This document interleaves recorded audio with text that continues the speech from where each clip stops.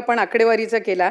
ॲपवर साधारणपणे 1,34,85,000 इतके ॲप्लिकेशन्स आहेत आणि पोर्टलवर ज्याचा आकडेवारीचा आपण उल्लेख केला ते 1,00,00,000 असं दोन्ही बायफर्केशननी हे 2,43,00,000 आहेत आणि ते आकडे आत्ताही आपल्याला ॲप आणि पोर्टलवर दोन्हीवरही आपल्याला हे पाहायला मिळतात। मी ह्याची कारण आपण रजिस्ट्रेशन करताना ज्यांना ॲप सोयीस्कर पडतो त्यांना ॲप, ज्यांना पोर्टल सोयीस्कर पडतो त्यांना पोर्टल, अशा पद्धतीने आपण दिलेला आहे। मी साहेब या संदर्भातली आपल्याला सविस्तर माहिती ही त्या ठिकाणी ठेवते आणि त्याच्यामुळे लाभार्थ्यांची संख्या ही व्यवस्थित रजिस्टर्ड पद्धतीने आहे। दुसरी महत्त्वाची गोष्ट म्हणजे जी काही आहे ती 2 महिन्याच्या आत पूर्ण केली जाईल।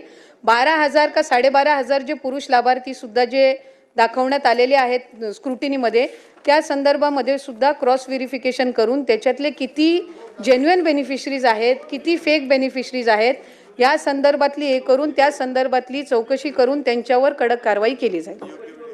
महाराज, काल कुठल्याही असताना मुख्यमंत्र्यांनी या सभागृहात उपस्थित केली। आज योगायोगाने लक्षवेधी लागली अध्यक्ष महाराज। माझा स्पेसिफिक प्रश्न अध्यक्ष महाराज आणि ज्यांनी सुरू केलेली होती ते सभागृहात आहेतच, एकनाथ शिंदे साहेब। माझा प्रश्न एवढाच आहे की आपण जेव्हा योजना जाहीर केली त्यावेळेस आपण सांगितलं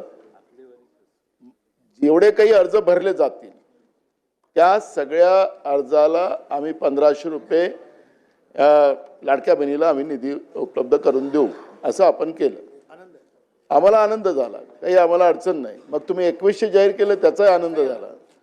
पण माझा एक स्पेसिफिक प्रश्न असा आहे की निवडणुकीच्या ऐन तोंडावर तुम्ही ही ज्या पद्धतीची घोषणा केली, कुठलाही नियम न पाहता या पद्धतीनं जे काही आता याच्यामध्ये अफरातफर झाली असं तुम्हीच मान्य करताय।